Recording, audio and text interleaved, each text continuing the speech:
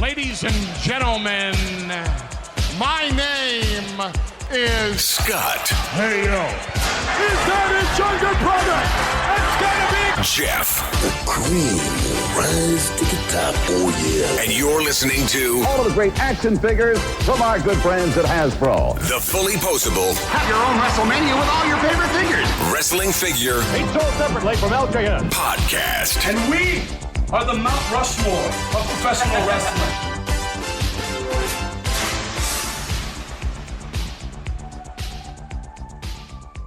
Hey, welcome to episode 529 of the Fullyposeable Wrestling Figure Podcast, longest running episodic wrestling figure podcast going today.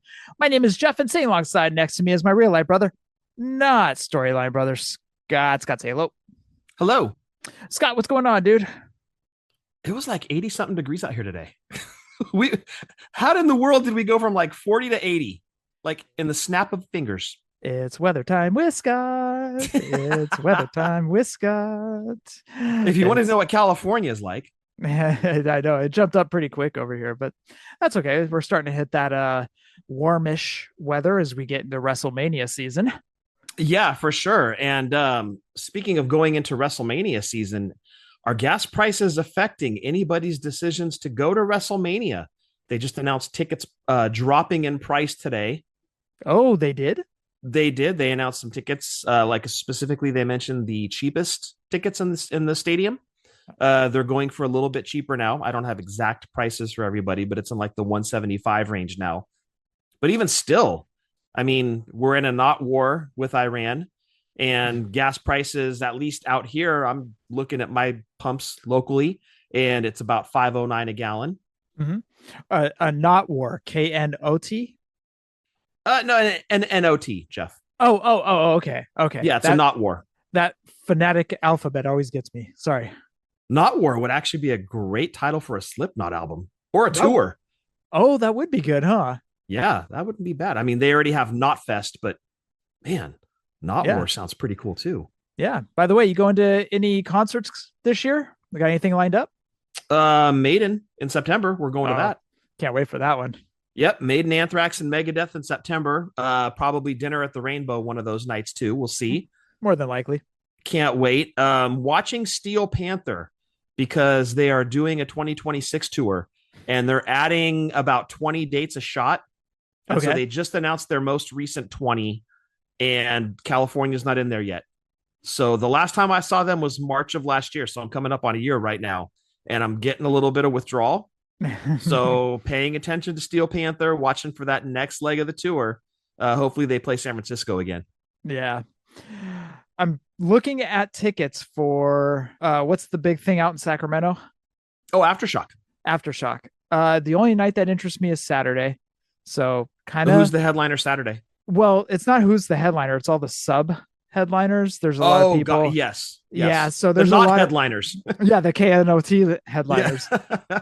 But anywho, looking at that, so I may be hitting a couple concerts. This will be the first time in a long time where I've hit 2 concerts in 1 year. So much less 2 concerts in back-to-back months. If you go to Aftershock, that's only true. Like a week or 2 after Maiden in LA. In fact, it might be the following weekend, if I'm not mistaken. Oh, wow. My ears are going to be ringing at 47. Yeah. Not to mention your knees. My not knees, KNOT. All right. Yeah. Anyways, continuing on. Good turnout for Dad's Memorial. Thank you to everybody that reached out. It was a good turnout. Thank you to Brian Vermeer for messaging. He says, hey, I love these stories about you and your dad and, you know, what you and Scott are sharing and stuff like that. So thank you for reaching out. We love telling these stories. It's almost like it's therapeutic for us to share these stories with you guys. I mean, you guys never met our dad, but it's almost like therapeutic for us to tell these stories because they're stories that hold near and dear to our heart, and it made us laugh. And we have a feeling that, if you guys are close with your family, it would make you laugh as well. So again, we'll probably tell more stories as they come up. We won't tell some of the stories that our older brothers told at the memorial. Yeah, you're right. It was a great turnout, Jeff. It was a good time. I think we celebrated Dad as well as we could. And I think that he would have had a big smile on his face seeing the big turnout. A bunch of his hunting buddies were there. As Jeff said, it was kind of a hunting crowd. And yeah, it was interesting. The speeches that Kevin and Keith told. Kevin and Keith are our older half brothers. Interesting hearing the stories that they were telling. It was a lot of hunting and fishing. And Jeff and I don't have that. It's really weird that his first two sons were total outdoors kids.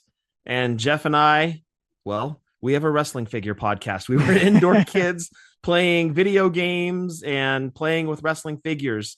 And that was our passion. And Dad, not to say he was two different dads, but he had his life with one set of boys, and then he had his life with the boys who lived with him every day.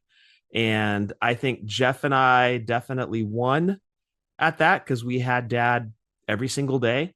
And he taught us how to be men. He taught me how to be a dad. He taught us honesty and how to just be good people.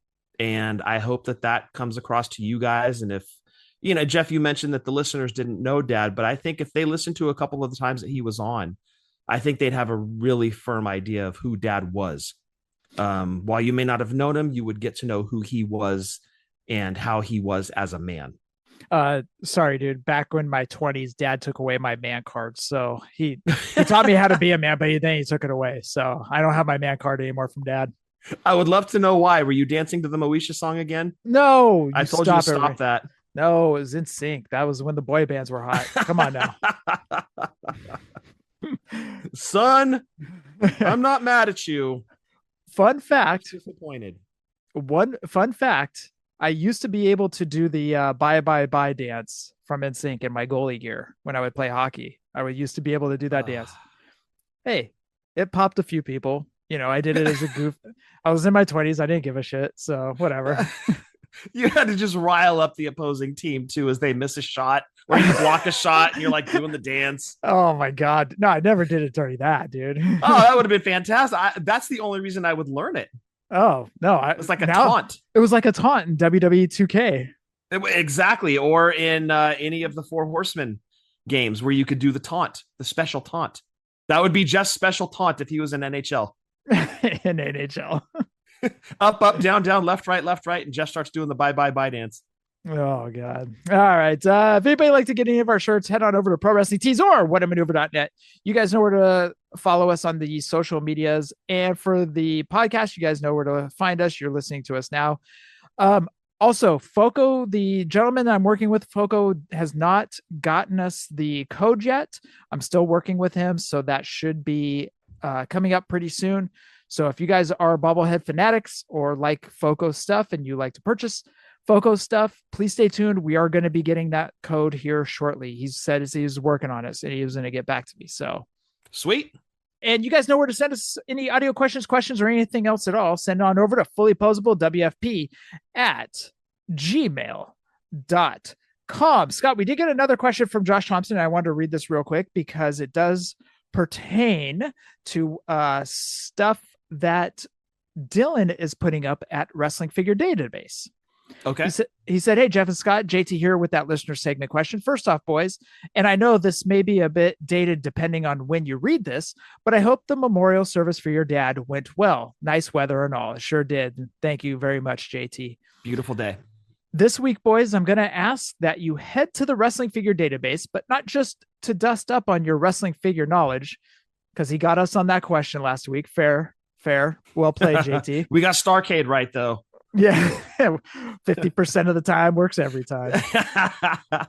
What's a wrestling figure from the unreleased section of the database that you wish you could get released or remade today? Gonna have to go with the La Parka and Dr. Wagner Jr.'s action figures from Playmate Toys. For one thing, boys, I'm a mark for Lucha Libre. For another, these figures not getting released kills me because Wagner Jr. and La Parka are both toyetic. La Parka is someone you boys know I wish we could get a figure of, and Wagner Jr.'s attire is really cool and eye-catching in my opinion. I know Mattel doesn't have access to everyone on the AAA roster, but I'm really hoping Mattel can give us these two figures. La Parka might be tricky because in order to get WCW La Parka, they'll need permission from OG Parka and AAA, while for current day, it's similar to Gooker, where they'll need permission from AAA and whoever is currently playing La Parka. But the fact that Parka and Wagner Jr. have been featured in WWE programming outside of AAA gives me hope. So, Scott, I have sent you a couple things from the database of unreleased stuff. What would you like to see released, or wish you would have seen released? We've been doing the podcast for 10 years. Uh-huh. How many times have I griped about no Smash and no Barbarian? I know there are no known prototypes that exist for them, but there were pictures on the back of the LJN card. But that won't be my answer. I just wanted to bitch about it again. You know what my answer is? What's that? Powertown Remco Rock and Roll Express. I would love to have the unreleased Powertown Remco Rock and Roll Express. That's what I'd like to have in my collection, Jeff. Me too, dude. Me too. But we all know that ain't happening. All right. Well, if I could be serious for a moment. Thank you, Lance Storm. It has to be the Diesel Hasbro. Okay. I would, in 1994/1995, I would have killed to have a Diesel in my collection, in the Hasbro collection. I wanted a Diesel so bad. And of course, they came out with them in that series one of Bendham's. And I added them to the ring. And people, for some reason, have a problem when I add Bendham's to the Hasbro figures because it's different materials. I don't know. People freak out about it. But even mixing Galoobs and Hasbros was like a taboo for some people. It's weird. Anyway, weird. It's not weird. It was really weird. Stop it. I'm not going to say the entire Orange Card Hasbro series, but I would have loved to have had a Diesel, and I would have loved to have had an American Lex Luger. So out of all the unreleased, those are going to be my picks. Okay. The one I've seen on Wrestling Figure Database that I am blown away by is what was supposed to be the original unreleased Evolution of Sting. Oh yeah, dude. So we got the Evolution of Sting. However, there was Evolution of Sting that were supposed to come with jackets, and they were different paints and the different hair colors. Yeah, there was that transitional Sting from when he went from bleach blonde to Crow, but he was Sting with like brown hair for a minute. It was a little bit longer. Yep. That look was in there. I'm like, dude, that was perfect. That was the perfect transitional Sting. And it's crazy because the Evolution of Sting pack that we got from Toy Biz is amazing. It's fantastic. It's great. It's one of the best. It's one of the defining moments of Toy Biz. If you have to put a defining moment somewhere in that line. And you hate Toy Biz, so for you to give it high marks is saying something. But the original or the unreleased one that you can find on Wrestling Figure Database, it's fantastic, dude. I wish we would have gotten that one. Honorable mention, the Randy Orton WWF LJN Jax. I just saw that one today and blew me away because I collected all those figures. Well, you were a huge fan of that subset anyway, mm-hmm. just because of the nice love letter that Jax was paying to LJN. And yeah, that Orton figure is awesome looking. I wish they'd made it. Yeah. So to answer your question, JT, it would be those two. Yep. There you go, man. And, you know, speaking of Powertown, Jeff, not to pump the brakes on the show or to bring it to a screeching halt. Wow. Way to bring it to a screeching halt. Way to slam the brakes on the show. I believe I mentioned on here that I had put in a dispute with my credit card. Oh, did you? Powertown. I did. Maybe I didn't mention it on here. And I mentioned it within our little Facebook group that we've got with the dudes. So here it is. Chase, my credit card company, sent me a formal letter, Jeff. Update. We resolved your dispute. Your account ending in account number. Dear Scott Toon, we appreciate your patience while we resolved your billing dispute of the transaction below. Transaction date, March 10th. So just a couple days ago from when Super Mario Day, March 10th, 2024. Merchant name, SP Powertown Wrestling. Transaction amount, $190.04. Good chunk of change. Yep, it's nothing to sneeze at. Here's a summary of our investigation. Based on the information available, we found that a significant amount of time has passed since the date of the charge. Despite our efforts, the merchant. Now, let's go back. Merchant name, SP Powertown Wrestling. Despite our efforts, the merchant is not willing to credit your account. Part 2 of that. The merchant isn't required to credit your account because the charge took place too long ago. So when I called them to file this dispute, at the time I called, my date of transaction to the date that I called was somewhere in the neighborhood of 700 plus days. Chase cuts off their disputes. While it says that it's 2 years, it's more around like 550 days. So there was a big time gap between when I placed it versus the cutoff that they offer. Here's what we determined. The charges you disputed is valid. It will remain on your credit card account and be included in the balance on your next statement. It was already paid, so it didn't, I mean, we're talking 2 years ago at this point. You can also see this activity online at chase.com. So the merchant who in 2 years has not supplied anything, barely an update with bullshit, disputed it and said, nah, we're not paying him. So my question is, when does the class action lawsuit happen? It's coming. Stephen P. New, Cornette's guy, is he going to head this thing up? Because I've heard chatter about Powertown on Cornette's show too. So I'm sure it's coming. It's just, I guess one of us figure marks has to jump up and get the ball rolling. But I tried to get my money back and they said no. Oh, so dude. They'd better send the figures or there's going to be a huge class action lawsuit against them. So because of Chase, so Chase's dispute is 500 something days. Yes.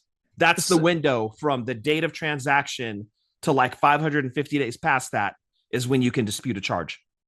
So it wasn't so much Powertown that declined it. It was 2 factors. They reached out to Powertown. Powertown said, no, we're not refunding his money.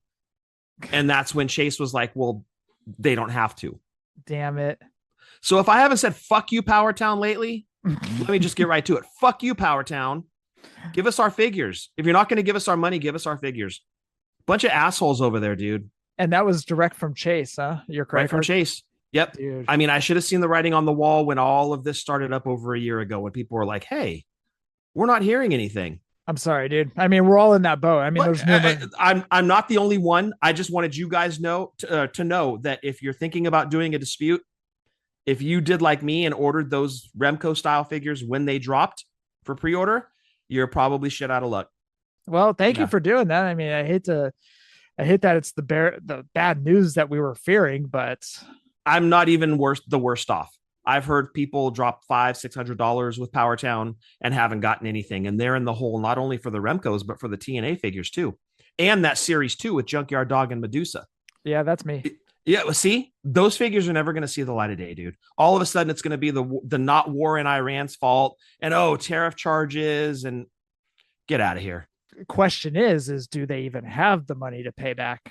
No, they don't have the money to pay back anybody. Yeah. But it's going to be real scary because everybody that they're on their big reorganization chart is going to be held to the fire at some point, and that includes Magnum. Sorry. Sucks.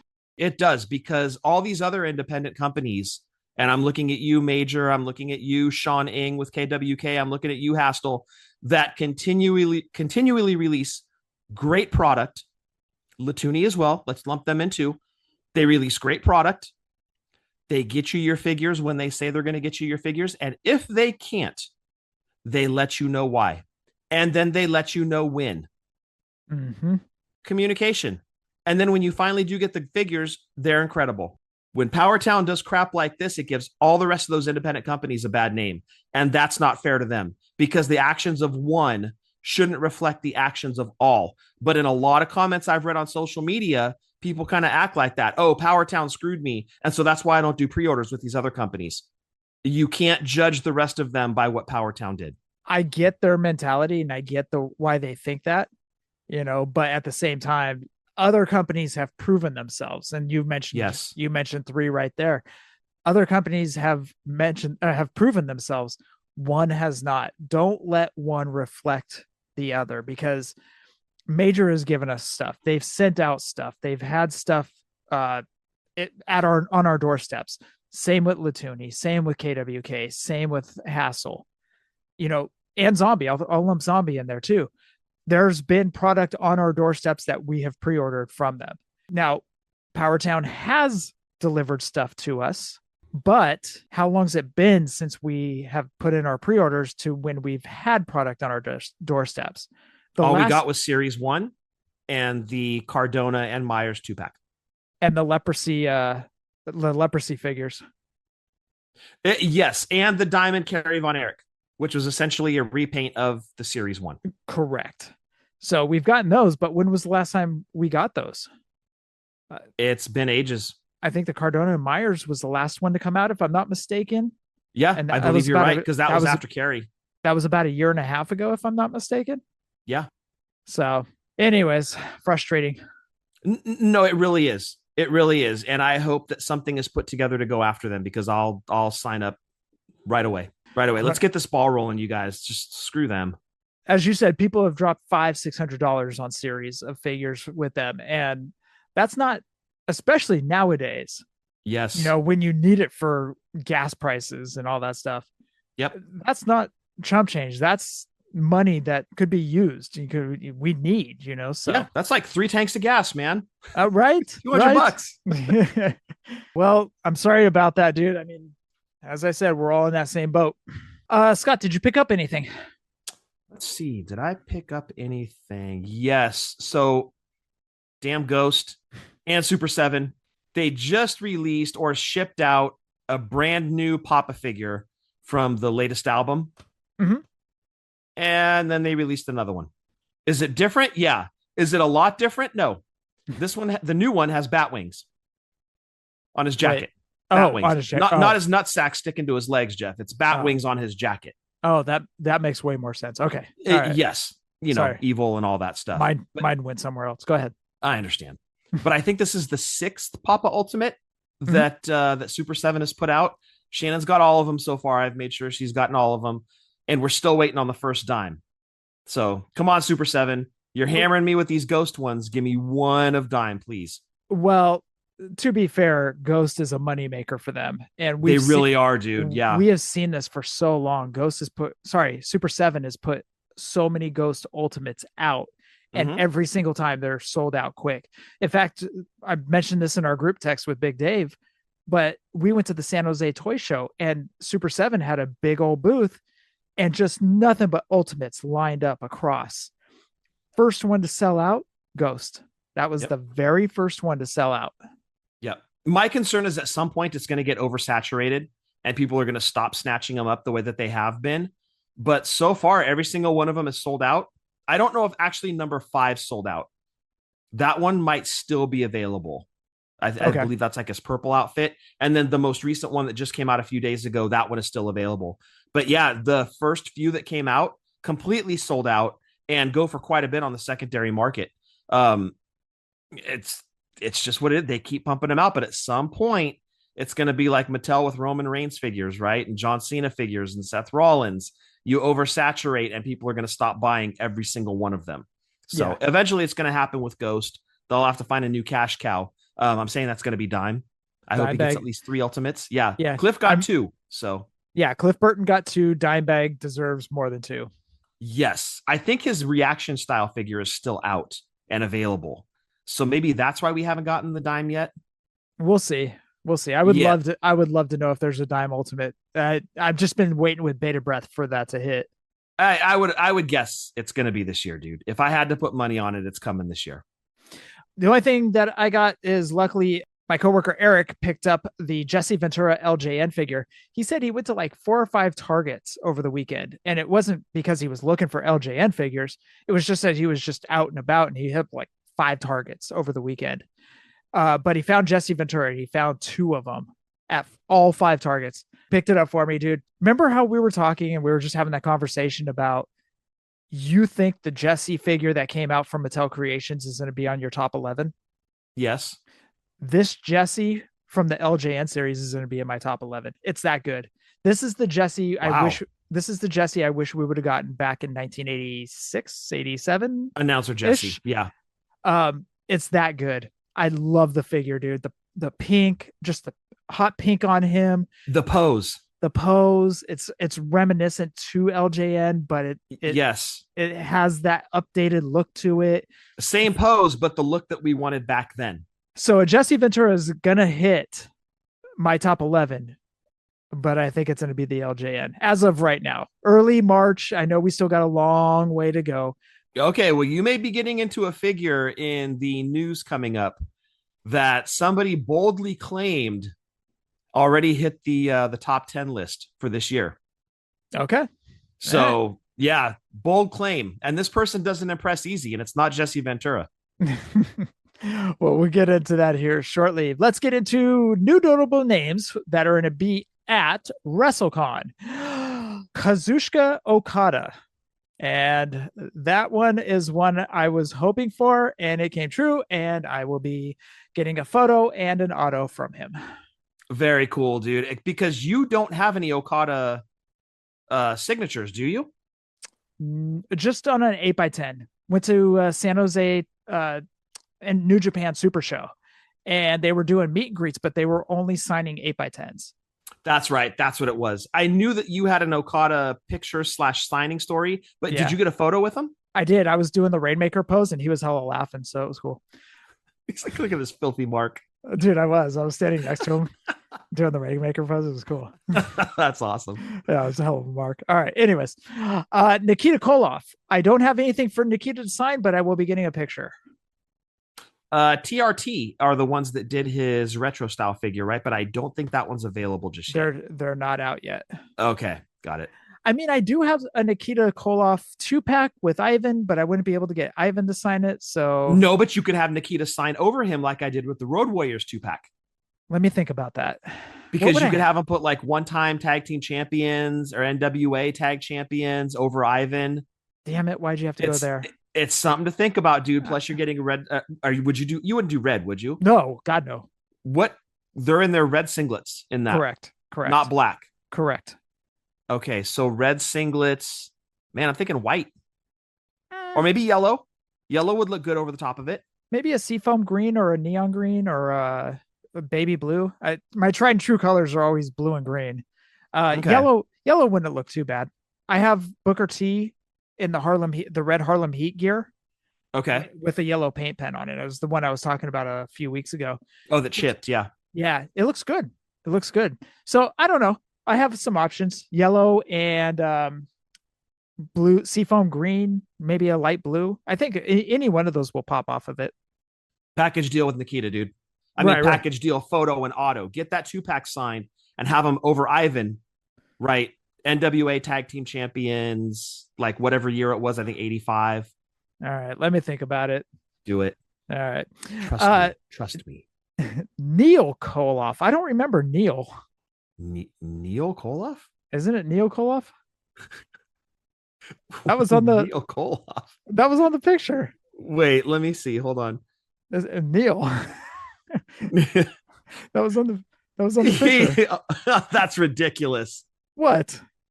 No, it does. It says Neil Koloff. I don't remember a Neil. Those Crockett's. Everybody was a Koloff. Kneel. Neil. That'd be cool if he spelled his name that way.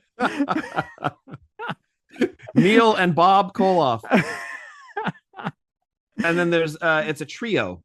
Yeah, I believe the other one is Vladimir. It's the Koloff family. So I don't remember Neil, dude. Neil. Member of the group, apparently. Mike McGurk, Nick Nemeth, and Ryan Nemeth. And just announced today the New Age Outlaws, Jesse James and Billy Gunn. Yes. So I would be marking out for that if I didn't already have the Too Tough set signed. It's in Sharpie, and I want to say it's black Sharpie at that, because I got it at Wrestle Reunion back in like 2011 or 2012, whatever the last one we went to was. Right. I got their signatures on that back then in black Sharpie. Okay. Do you want me to get it re-signed for you? I don't think so. And the reason is I would way rather have, like the Hardys box set and the Dudley's box set like I got signed at WrestleCon last year. Yeah. I wish they'd do a New Age Outlaws like that. with James not being there anymore. And I know. Well, Billy Gunn was still getting figures while he was in AEW. So we'll see. Yeah, he true. might still be part of that deal that's still going on. So he had a separate contract for his Legends deal. Correct. That was so I believe that's still continuing. So we probably still will get Road Dogg figures if I had to guess. It's just I wish that they would do an Elite 2-pack like they did with the Dudleys and with the Hardys, because the signatures on that look great. Yeah. So if I had a New Age Outlaws set of that, I would be sending it with you. Those are the new notable names at WrestleCon to go along with Micro Machines Man, Rock and Roll Express, Don Morocco, Kevin Von Erich, Manny Fernandez, Soraya Rikishi, Mance Warner, The Godwins, Hacksaw Jim Duggan, Eric Bischoff, Mike Chioda, Killer Cross, and Scarlett, JBL, Rhino, Ron Simmons, Angeline Love, and Velvet Sky, Steiners, Mina Sharikawa, Mick Foley, Christy Hemme, Jerry Lawler, Dustin Rhodes, RVD, Victoria, Hardy's, Harley Cameron, Jake Hager, Ken Kennedy, Tatanka, Athena, Speedball Mike Bailey, Butterbean Carlito, Shane Douglas, Chavo Guerrero, Frankie Kazarian, AEW's Brian Keith, Candice Michelle, Snitsky, Dance by V, Indy Hartwell, Mickey James, Sandman, Al Snow, Tonka Kid, Kevin Nash, Jake and Cheryl Roberts, Cora J, Dakota Kai, The Righteous, Hayabusa, Headbangers, Tony Schiavone, Santino, Priscilla Presley, Shotzi, The Acclaimed, Barbie Blank, Demolition, Awesome Kong, Heath Slater, and Masato Tanaka. Those are the new notable names for WrestleCon. They're going to need a big ass ballroom. Dude, I'm trying to figure out how I'm going to take some of these figures, because I do want to get the Headbangers to sign that 2-pack. Rolling suitcase, dude. I know, but... And I am thinking about sending my Headbangers with you. I just want to see what their pricing is. Okay. I'm trying to see what my luggage is going to look like. So take an empty suitcase. That's what I'm thinking about doing. Yep. So pack one backpack with some clothes, and then one suitcase full of figures and one empty suitcase. Yeah, I might have to. Yep. And then you use the empty one as your transportation to and from WrestleCon downstairs. Damn it. Why aren't you going this year? No. Gas is $5.10 a gallon, dude. I gotta drive. You're not the only one feeling that way, man. A lot of people are feeling that way about WrestleMania this year. So that's what I'm saying. Like, our gas price is affecting people's plans now. Are people pulling out? Are people that were planning on going like, nah, I can't now. I can't afford it. All right, let's get into pre-orders. For Collect Major this month, for the month of March, One Man Gang, Sergeant Slaughter with helmet. Those are the pre-orders. There is an Evergreen Sergeant Slaughter that will be with hat. That is the Evergreen figure, where it can be purchased at any time and it will be shipped right away. So that is the Evergreen figure. But to get your pre-orders, you have to get your pre-orders in for the Sergeant Slaughter with helmet and the One Man Gang. That is the month Sergeant Slaughter with helmet. Fantastic. It is. It's excellent. That's the March pre-orders for Collect Major. Pre-orders up on Big Bad Toys Store, Boss Fight Studios, Dragon Lee, Roosh, Solaire, and Ultimo Dragon. Those are pre-orders that are up on Big Bad Toy Store for Boss Fight Studio. Hassel Toys also has Raven Regium and Ahmed Johnson Regium. That is pre-orders for Hassel Toys. Just do a search for grapplers and gimmicks, and it'll take you right to the website. FC Toys, Insane Clown Posse Retros. Those are up now at shop.figurecollections.com. And the March pre-order for KWK is Shelton Benjamin. But if you're part of the Club Kayfabe, you can get Mario Mancini. And who's Mario Mancini, Scott? He was an enhancement talent from the 80s, and he was also on our San Diego Comic-Con panel with Sean Ng. Yep, absolutely. That you can catch on YouTube if you want to go back and check it out. And this last check, I think he only had like 20 Mario Mancinis left. Dude, he was great, dude. Him and Jameson were fantastic. A lot of fun talking to those guys. Absolutely. Yep. All right, let's jump into the news. There was a picture that was floated around of a gentleman from Ringside Collectibles. Well, people zoomed in on the figures in the back of behind him, and there was a Sabu figure. Somebody put, is this the new unsanctioned Sabu? That was question marks. So is there a new Sabu coming? We don't know. However, it sure looks like it. There was one behind him. And like Scott said, we're not speculating, but we're kind of speculating. We're kind of speculating. Okay. It looked great too. If that is the one, it had gold pants. It looked fantastic. I mean, all their unsanctioned figures are great, but that one looked really good. And I just want to clarify, it's not Cella Toys Sabu that came out a while back, is it? No, people were specifically saying, is this an unsanctioned Sabu? Did they I don't think it was the Cella one. Okay. Did they ever clarify if it was or not, or anybody answer? I didn't see. Okay. I didn't see, but it was, people were thinking it was a little Easter egg because, like you mentioned, it was RSC doing a video and they just kind of like placed the Sabu up there. So I don't think it was the cello one, but I could be wrong. Okay. Gotcha. I do want to pause real quick because, Scott, I don't know if you saw this. New episodes of Biography WWE Legends premiere Sunday, April 26th at 8 p.m. Did you see this? I did not. All right. We'll continue the speculation. How about that? WWE Legends returns with new specific offerings, inside look at legendary WWE superstars, including the stories of the Legion of Doom, Interesting. the Four Horsemen, and famed Von Erich family. Very interesting. That inspired a Hollywood film. The Curse of the Von Erichs, airing on April 26th and May 3rd, will delve into the history of the Von Erichs, where Kevin Von Erich tells the powerful story behind his family's wrestling dynasty and the tragedies faced in building their empire.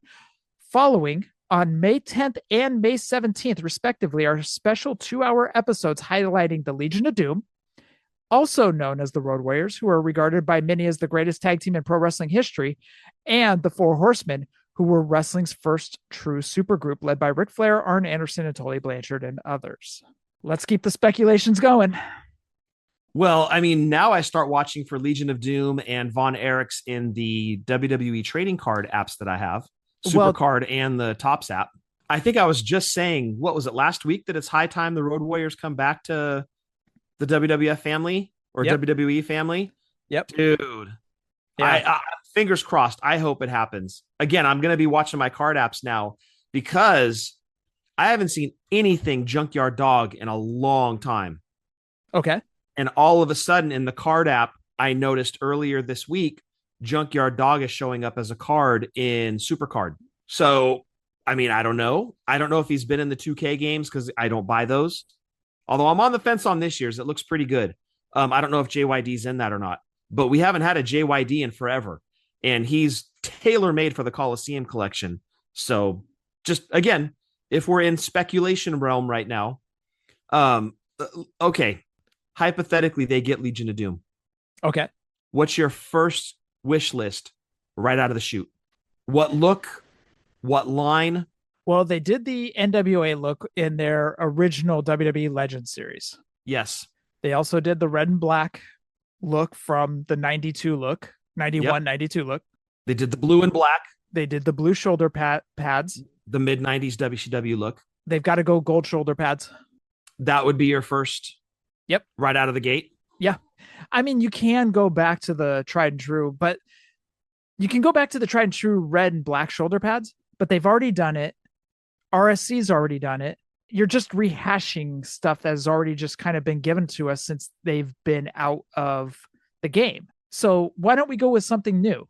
Gold shoulder pads. That hasn't been done in the, whatchamacallit, in the 6-inch line. So I think the difference is now is Ozer knows how to play this game. Uh-huh. He knows how long the contracts are, and he knows how many he needs to pump out before that contract ends. Mm-hmm. So he starts to planogram out, over a year, 2 years, whatever. I think first one out of the gates are going to be AWA/NWA look. Okay. And I can almost guarantee they're going to be ultimates. You can probably bank on them also being on ringside, like the ringside tag team exclusive. We haven't had one in a while. I'm waiting to find out what that next set of tag teams are going to be, the ringside exclusives. It's got to be Demolition, right? You would think. Wait. Unless LOD's coming back in. Wait, a ringside. Yeah, you would have to think it'd be Demolition. You got to figure it's in the pipeline right now. Yes. Ultimates, right? Yep. Ultimate Yep. Demolition. I think the first one out of the gate is NWA look. I think second is going to be a set of elites, maybe an elite 2-pack in the red and black shoulder pads. Mm-hmm. And I think they do the gold shoulder pads in an elite set. Not a 2-pack, but in an elite series, you get one of each. And don't in the gold shoulder pads. And don't do Road Warrior or LOD 2000. That was trash. Please keep that off of our boards. Mattel didn't do that. And I think that was great because nobody wants LOD 2000. No. Okay. Let me not say there could be like 2 people out there in our listening universe being like, we want LOD 2000. Okay. But the majority don't.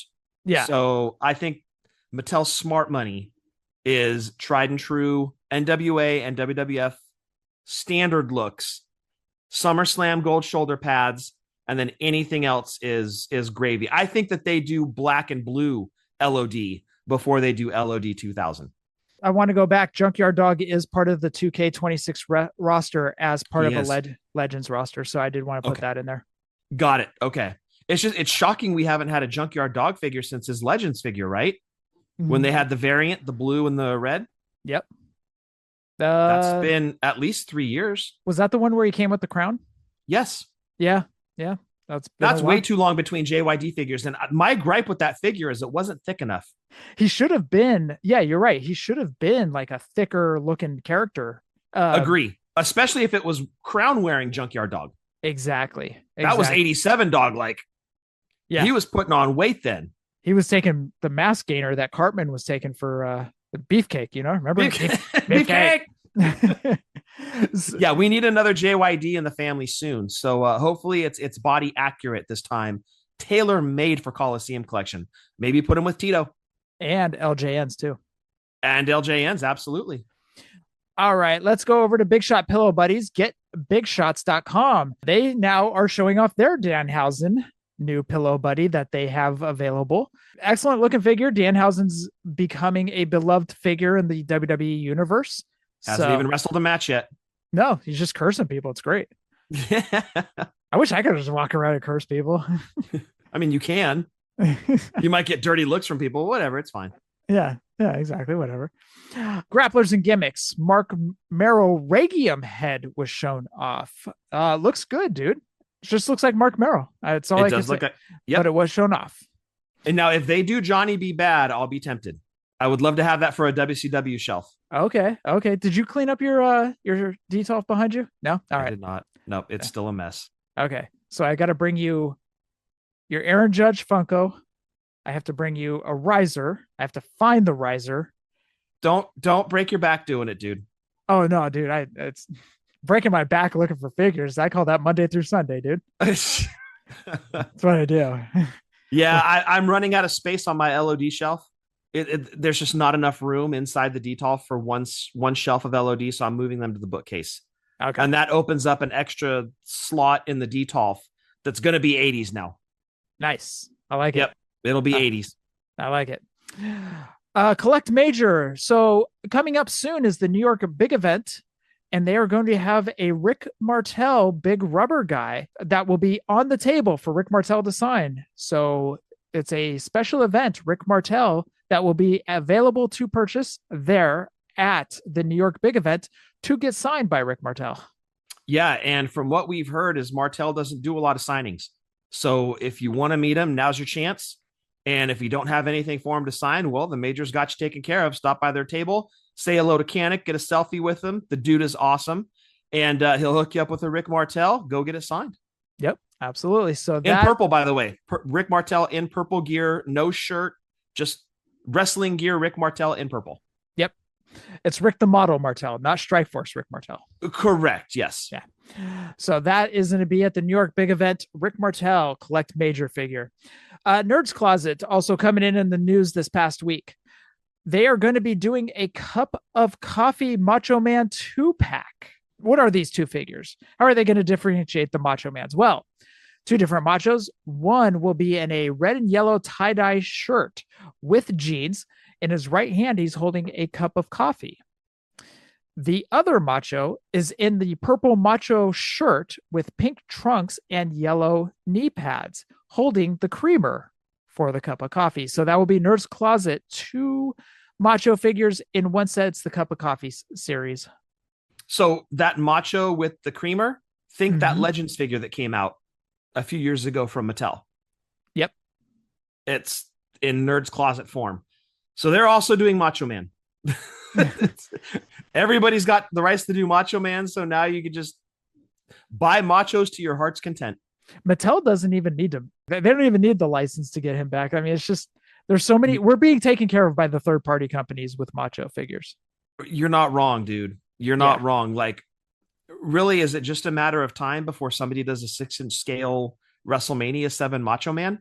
It's I mean, coming. that's kind of what we're creeping up on now, right? Like at that point, yeah, you're right. Mattel doesn't need to bother. Like stay out of the game for a while on the Machos. Let all of these other ones dry up. The ones that are all available right now, let them dry up, and then the demand will come back. But yeah, is there going to be demand for a ton of Macho Man figures from Mattel at this point? I don't know, because everybody's got the rights to do them. All right, let's switch over to Jazwares. Starting March 13th on Jazwares Vault, there will be a Dalton Castle figure that will be released. It will be him in his peacock gear, extra head, soft goods clothing, just fantastic looking figure. That will be available on March 13th for Dalton Castle. Also available is the 2-pack of the Outrunners. That will also be available on Jazwares Vault. So Chad Ecto Young, as most of you know him as, Horror Movies Barbecue. This man is like Jesse Ventura, does not impress easy. Let me quote him on the Dalton Castle figure. These are Chad's words now. I'm quoting Chad without his permission because this man does not impress easy. And it's also AEW. Like, I don't think Chad hates AEW, but he doesn't talk about Jazwares figures very often. Chad's words, that Dalton is perfect. And I can't believe I'm saying this about Jazwares, but that's a figure of the year nominee out of the gate. He's not wrong. 100% not wrong. And that is the most frustrating part about Jazwares, right? So how many times have we talked about it on the show, Jeff? Jazwares does a lot of things wrong, but when they get something right, like that Dalton Castle, it is so right, but it's not the norm for them. Those Outrunners, incredible. That 3-pack of Sting, incredible, but that's not their norm. And it sucks. It really sucks because they're capable of so much more. We just see it in bits and pieces. Yep. And I hate it. Like with Mattel, 99% of what they do is incredible. With Jazwares, it's like 5-6% of what they do is incredible. And I want to like all their stuff. I don't. But then they do something like this and you're like, dude, you'd be in such better shape if you did this all the time. Like that Mercedes Monet figure. It's like when you have a kid and they're doing, you see the potential that they have and they're getting A's on certain things, but failing in other things. And you're like, what are you doing? Like, just piece it together. You're right there. Yeah. Like they get an A in science and an F in math. You're like, come on.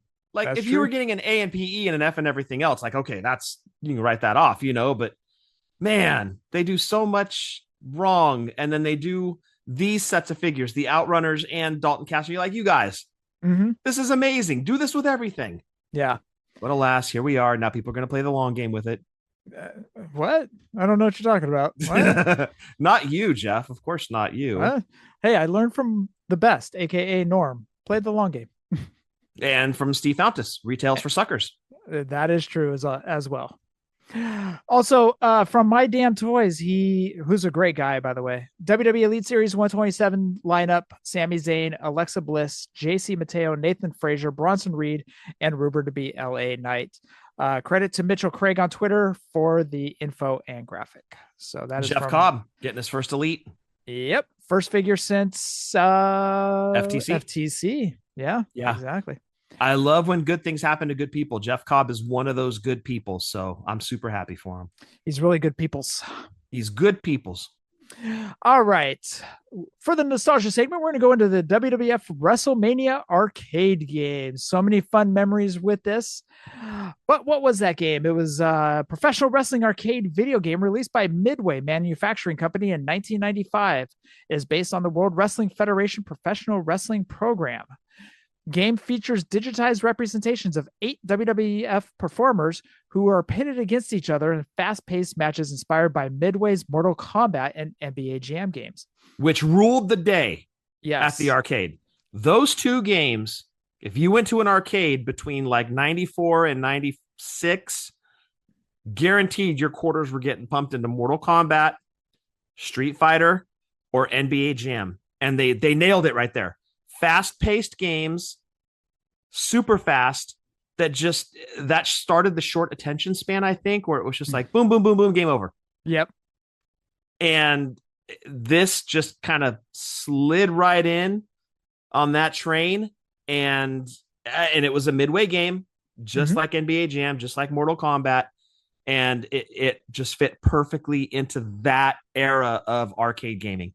Was this the first WWF game since WrestleFest? Yes. Arcade? Okay, yeah. First arcade, yeah, because it was Superstars WrestleFest, WrestleMania, the arcade. Got it. Commentary is provided by Vince McMahon and Jerry the King Lawler, who also appear in the game, sitting at the announcer's table to the right of the ring, and Howard Finkel welcoming players to WrestleMania at the start screen. Acclaim, which published the console versions of the game, released a follow-up in 1996 for WWF In Your House. Although based on professional wrestling, WWF WrestleMania's digitized graphics and fast-paced gameplay make it more of a fighting game than a sports wrestling game inspired by Midway's popular Mortal Kombat series.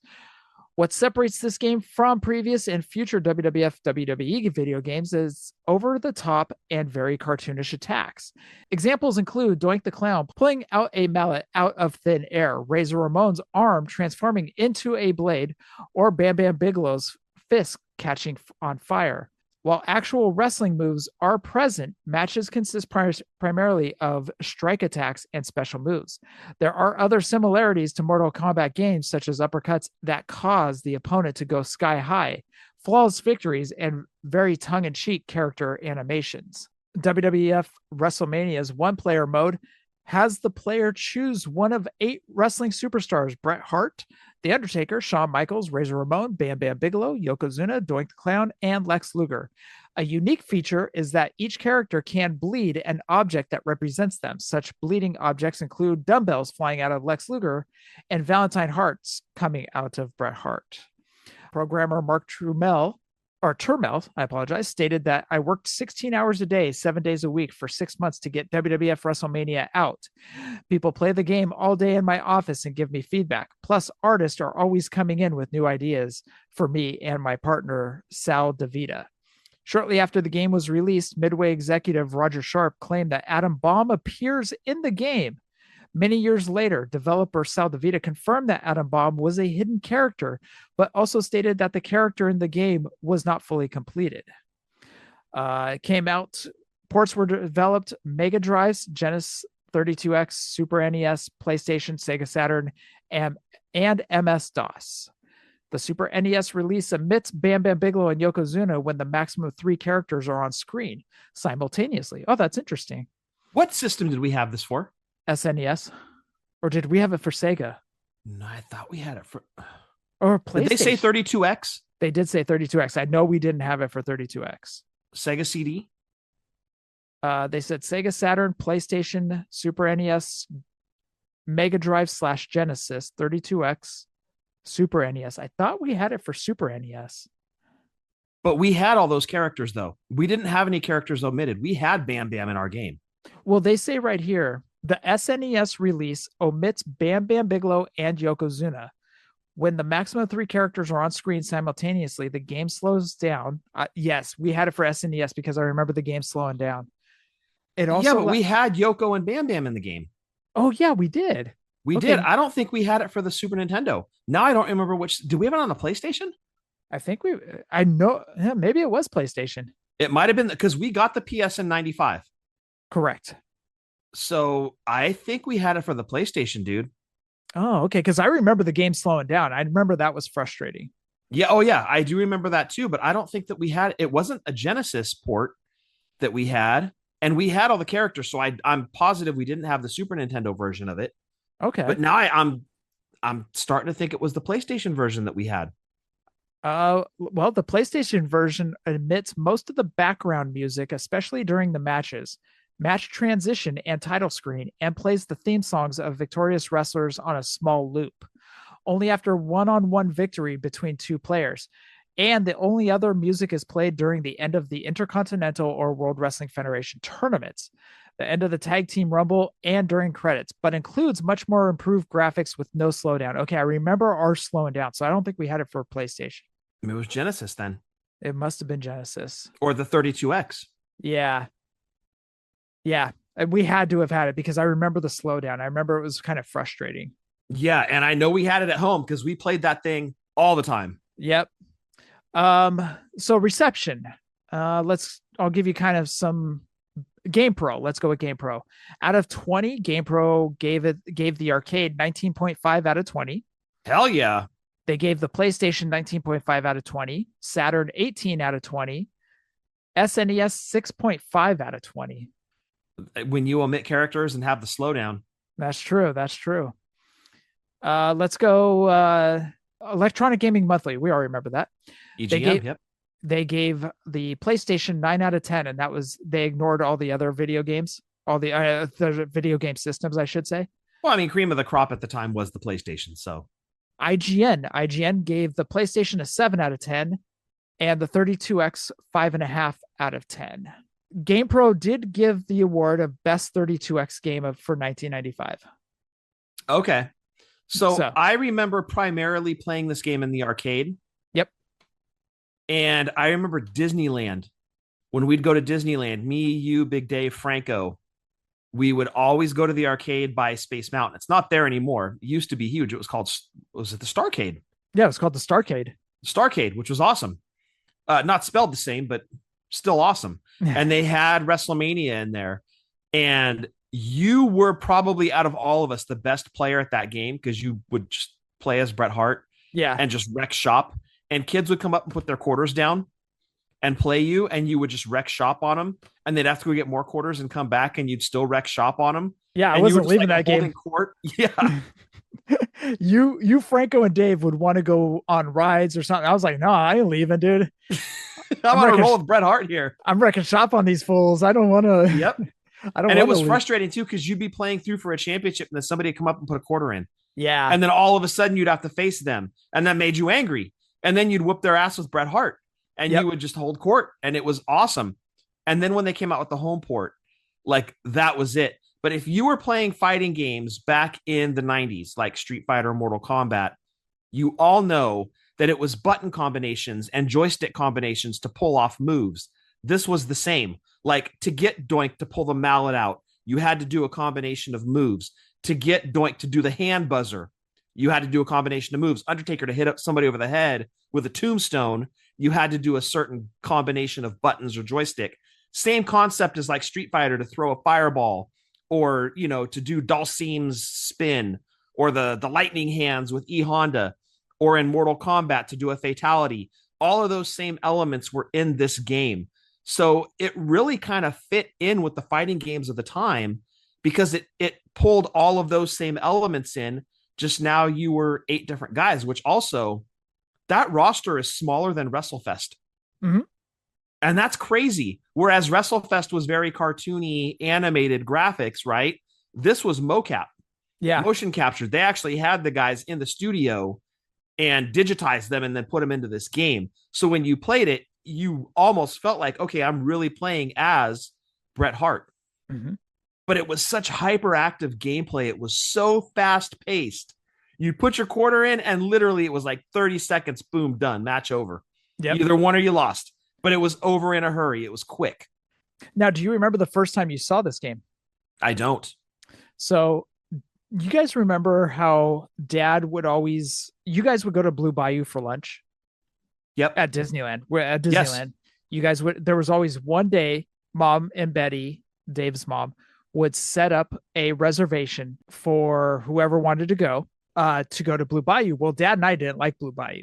So Dad and I would always go back to the hotel and grab pizza on the way out or way back, or we would stop off at Stage Door Cafe or wherever. Stage Door was a favorite. Yeah. Yeah. We get hot dogs and stuff like that. But anyways, You were at Blue Bayou. It was you, Dave, me and Dad went back. I went swimming. Dad took a nap. You came back and you said, "Hey, there's a new WWF game." And I said, "What are you talking about?" You said, "It's in the Penny Arcade, which was on Main Street." Mm-hmm. Tucked back. Yep. And I was like, "Wait, what was it like?" And you're like, "Dude, it was like a real fighting game." And I was like, "Did you play it?" And you're like, "No, we were all walking back. I stopped off in the Penny Arcade and saw it, and I didn't get a chance to play it." I was like, "Oh, dude, like now I want to go back to Disneyland just to see this thing." Yeah. But what we did is halfway through the day, we would always go back to the hotel. We would take naps. We go swimming and then take naps. And then usually we'd head back to the park at around 4:30, 5 o'clock. Yeah. Somewhere between like 4 and 6, because it cools down too. Cause we'd always go during August. Mm-hmm. And so it would always be super hot. And so we'd leave during like the hot part of the day. Yep. And then go back when the sun started to go down and it was a little bit cooler. So we weren't like sweating like crazy at Disneyland. we just go back and, like Jeff said, swim and then take a nap and then go back a little bit later. That was always our forte. That was all day, every day. We'd do that same exact thing. We'd lose like 4 hours of Disneyland, but I mean, they didn't even close until midnight. So we were fine. Yeah. So anyways, go back to the park, and sure enough, went to the Penny Arcade. First thing I wanted to do was see this game. Sure enough, it's right there. And I started playing it. I fell in love with it. So fast forward, it was either the next day or the following day. We go back to the park and it's not in the Penny Arcade. And we're kind of standing there like, what the hell? Like, it was just here test market and it failed. It was just here last night. What the hell? Well, what ended up happening is they moved it from the Penny Arcade to the Starcade. Yeah. And so we just happened to find it. We didn't ask anybody. We just went over to the Starcade to, meander over there, see if it was over there. And sure enough, they had moved it overnight from the Penny Arcade to the Starcade. That was when I started playing the hell out of it. And like Scott said, I was just wrecking shop because I was always using Bret Hart. And my trick is Bret Hart had his clothesline, and everybody knows that clothesline that Bret always did, where he would kind of kick his feet out, like when he was doing the heart attack. Yep. It was like a running move, right? It was kind of a running move, but I would always start out the match that way and then just capitalize and beat the full down. Right. Yeah. And so what happened was I'm playing this game. I'm just wrecking shop playing this game for like 20, 25 minutes. What I didn't know is there was a kid that I beat the first time. Like, he was one of the first kids up that dropped his quarters on. I beat him. He stood back and watched me play the whole time. he studied his opponent. Yeah. And he came up and I hit like a little Bobby the Brain Heenan. Dude, right? So I went to hit the dude with the clothesline because I didn't recognize who it was. I just happened to look over at him and I was like, oh, I think I've already played this kid. And I went to hit the clothesline and he put up a block. And I'm like, what do I do now? Well, I have no second move. I was like, I have no other move in my repertoire. And then he beat me. And then we went off into the park and started playing other rides, going on all the rides. But that's my first memory of this game. And then it became a hunt to try and find it around here when we got back from Disneyland. Right. And they didn't have it at Golfland. They didn't have it at the other putt out in Livermore. They didn't have it there. Yep. And so we never got to play it again until it came out on the home version. Right. On the home port. Yeah. Because Southland Mall was another one that had an arcade. And I don't think that they had WrestleMania the arcade either. They never got it in. Just to give people an idea how cool that Disneyland Starcade was. So if you've ever been to Disneyland, you'll notice this big empty structure next to Space Mountain, to the right of Space Mountain. It's connected in between, like where Star Tours is and Space Mountain, where the Star Tours shop is. You'll just see this gigantic. In fact, you walk by it as you're leaving Space Mountain after you get off the ride and you walk through that big like hallway looking place. What was Starcade is off to the left there as you're exiting Space Mountain. It was a 2-story arcade. I don't know square footage, but it was gigantic. Each floor was gigantic, and there was an escalator that would take you between floors. And there were so many games in there. We'd go with literally rolls of quarters, $10 rolls of quarters. I think it was 60 to 70 bucks per person we'd have, and we'd blow through those within like 3 or 4 days. Done. Because we'd be in the arcade so much. It was so much fun. But that was a different time. That was like the 80s and 90s at Disneyland. Now I don't even know if there's an arcade there. I don't know, dude. I haven't been to Disneyland in a while. So, well, they still have the shooting gallery, but like as far as like a thing of arcade games, whereas they used to have two, the Penny Arcade was small. That was kind of tucked back by the candy shop area. There was a little area called the Penny Arcade. You could go back there. They had a little section of it. It was almost like a small closet. It wasn't big at all. I think they only had maybe 10, 12 games in there. Yeah. But Starcade is where it was at. That was the humongous arcade. And they've done nothing with it since. There's a big X-Wing in there, or there used to be, that was hanging up from the ceiling. And it was so awesome to go in there, and all the arcades that they had like that hologram arcade game that was like almost like 3D before anybody else had it. They had 4 side-by-side Moto GXP or whatever it was, the motorcycle racing game. 4 of them side by side. I mean, this place was huge. So much fun. But yeah, that is where we first started playing WrestleMania the arcade, and Jeff became the super pro. Well, when we used to go, I would take all my quarters that I had saved up over the school year because mom and dad would always give me $2 for lunch. And I would always get the hot lunch that was $1.50. So I would always have 50 cents. So I'd have $50, but $2.50 at the end of the week. You did that quick. Good job, dude. Thanks, dude. I was like really racking my brain. But I would have $2.50 in quarters, and I would always drop them into that skull bank from Peter Pan. Mm-hmm. And I would have $2.50, and if you add that up over a school year, I would clear that thing out. Anytime I got quarters, I would clear it out, and I would take all those quarters to Disneyland. And mom and dad used to have a laundromat, so you had rolls, like paper rolls, that you could put $10 into a roll, bind it up, and then boom, that's going to Disneyland. Exactly. So we would go, because it would get hot. It start to get hot around, let's say about 10:30, 11 o'clock, about an hour before we went back to the hotel to swim and take naps. So we would either A, do one more ride on the People Mover, or B, just go hang out in the air conditioning of Starcade. Yep. So, and that was the way we would cool down, is just go in there or on the People Mover. But we would just play a ton of video games. But tying it back to WrestleMania the arcade, you can see a lot of video captures. You can see the wrestlers in there doing their motion captures. There's videos out there of Bret Hart wearing a green singlet. And I've always been curious if any toy maker would ever do that. Now it's just Mattel, but how cool would that be if they made video game Bret Hart and it was just him doing like a green screen, but he's wearing the green? Like, how cool would that be? Like, not many people would understand it or get it, but that would be such a little niche to do. It would be, I don't know. I just love it, dude. Just do that. You know where that figure would have made the most sense? That GameStop exclusive, the arcade box. I'm losing the name of that series off the top of my head. They did Honky Tonk Man, Ric Flair, Shawn Michaels and the Rockers. Yep. Hacksaw Jim Duggan. Bret Hart and green would have fit perfectly into that. Yeah. But you can see these motion captures. You can go onto YouTube. You can see them, the wrestlers in there. They had Razor in there. You can see Taker. You can see Bret, and he's in his green singlet.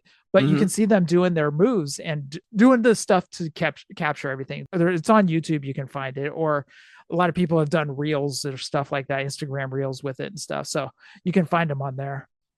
It was just so much fun because it, like I said, it slotted right into all those button combination fighting games that were so popular in the early to late 90s with Street Fighter and Mortal Kombat.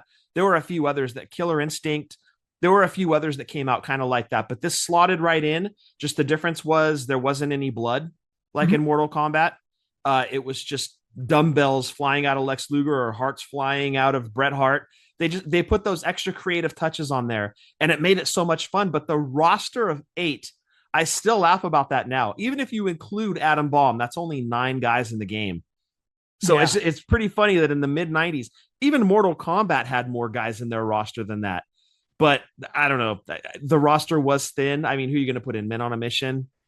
I don't know. I mean, we're talking 95. So a big name, Diesel, would have made a lot of sense to be in the game.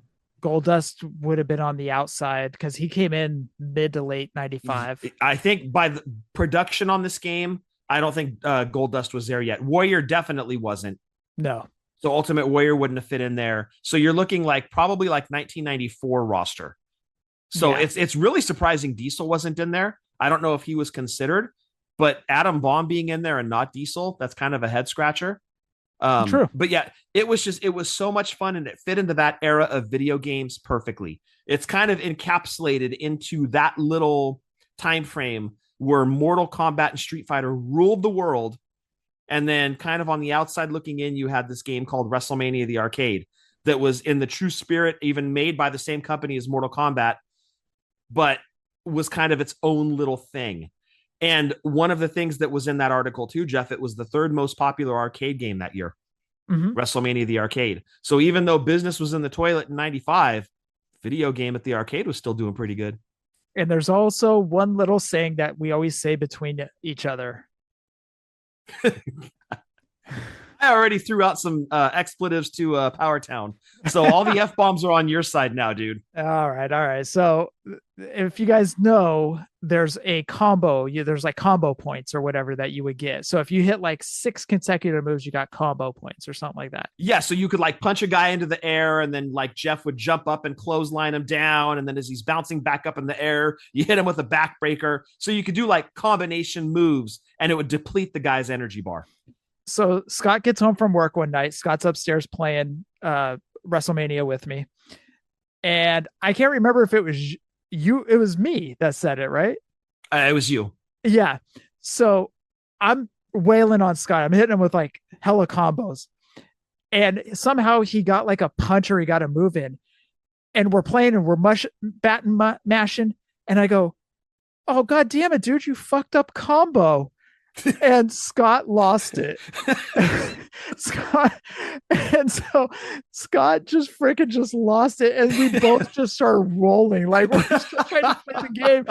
But it's a comment that Scott and I say to each other all the time. Like in a whiny voice. We go, you fucked up combo. Like it's just one of those things that him and I say between each other because it was, and it's something that's gone on for 31 years, but it was, or 30 years, whatever. But it was one of those things that we just both, we lost it, dude, playing this video game. And we say it between each other all the time now. So it doesn't even have to pertain to anything. Like we could be ordering a combo at McDonald's and be like, you fucked up combo. Oh man. So many fun moments with that game. We also had and it will also translate into over, and I kind of read it in that Wikipedia, the In Your House games. It will transfer over to there too. So yeah, they took a lot of inspiration, not to spoil too much, but a lot of inspiration from WrestleMania the arcade to make the In Your House series. Yep. Scott, do you want to give out a birthday thank you to one Mr. Brian from the Legendary Wrestling Figure Podcast? Yes, and not just Brian. I want to also thank Travis Fowler. He got me a 3D printed WWF table, which is going to fit perfectly into my new Piper's Pit set when I opened it up and put it up on display on top of the Detolf. Ooh, so lucky. Yep, I know. It's incredible, dude. I love it. So huge thanks to Travis Fowler. And unfortunately, Jef, I can't tell you what Brian got me, or the listeners what Brian got me for my birthday, because you're getting the same exact thing. Mm-hmm. He got one for you too. Because I opened up the box and there were 2 of them in there. And I was like, oh, okay. Because you thought your box was separate. It's not. Both of them were inside. So Brian knows what it is. I know what it is. I'll share it next week because I'm going to give you yours on Saturday when I see you. Yeah. Brian, your work never ceases to amaze. And the personal touch that you put on this thing is just chef's kiss.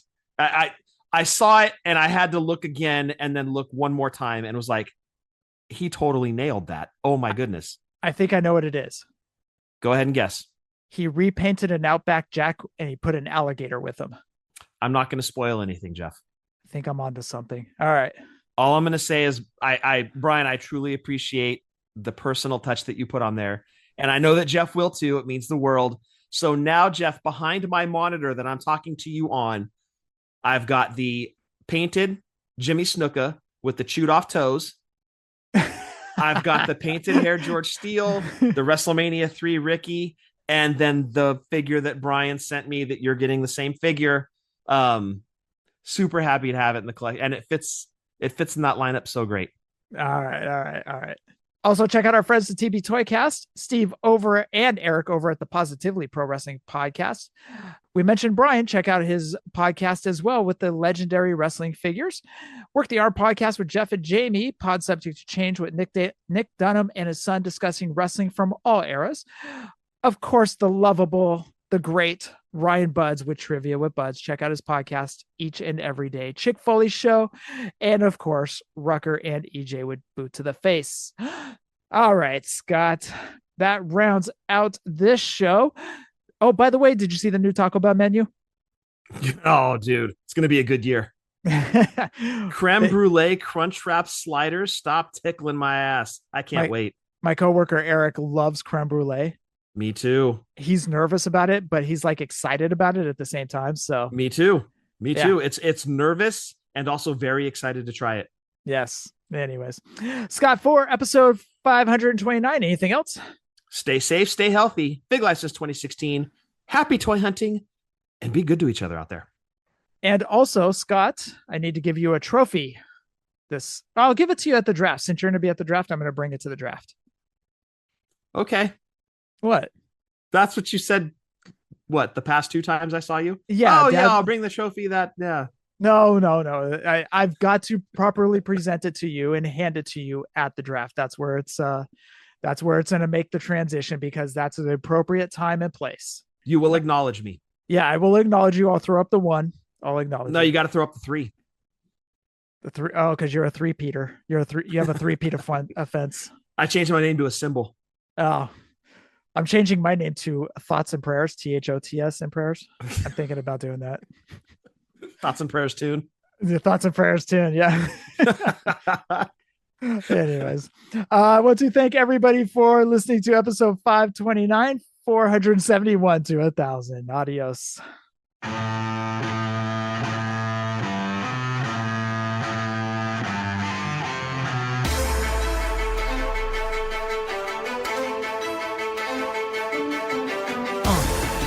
Yeah. Fullyposeable. Let's go. Jef and Scott, the Toon Brothers, busting out the ring. But we don't take it out the box, MOC. Happy toy hunting, we'll see you next week. We're the OGs of WFP. Fullyposeable, thank you all for listening. It ain't no storyline, real life siblings. So everybody go and do your toy spotting. #FigLife, adios from the Kings.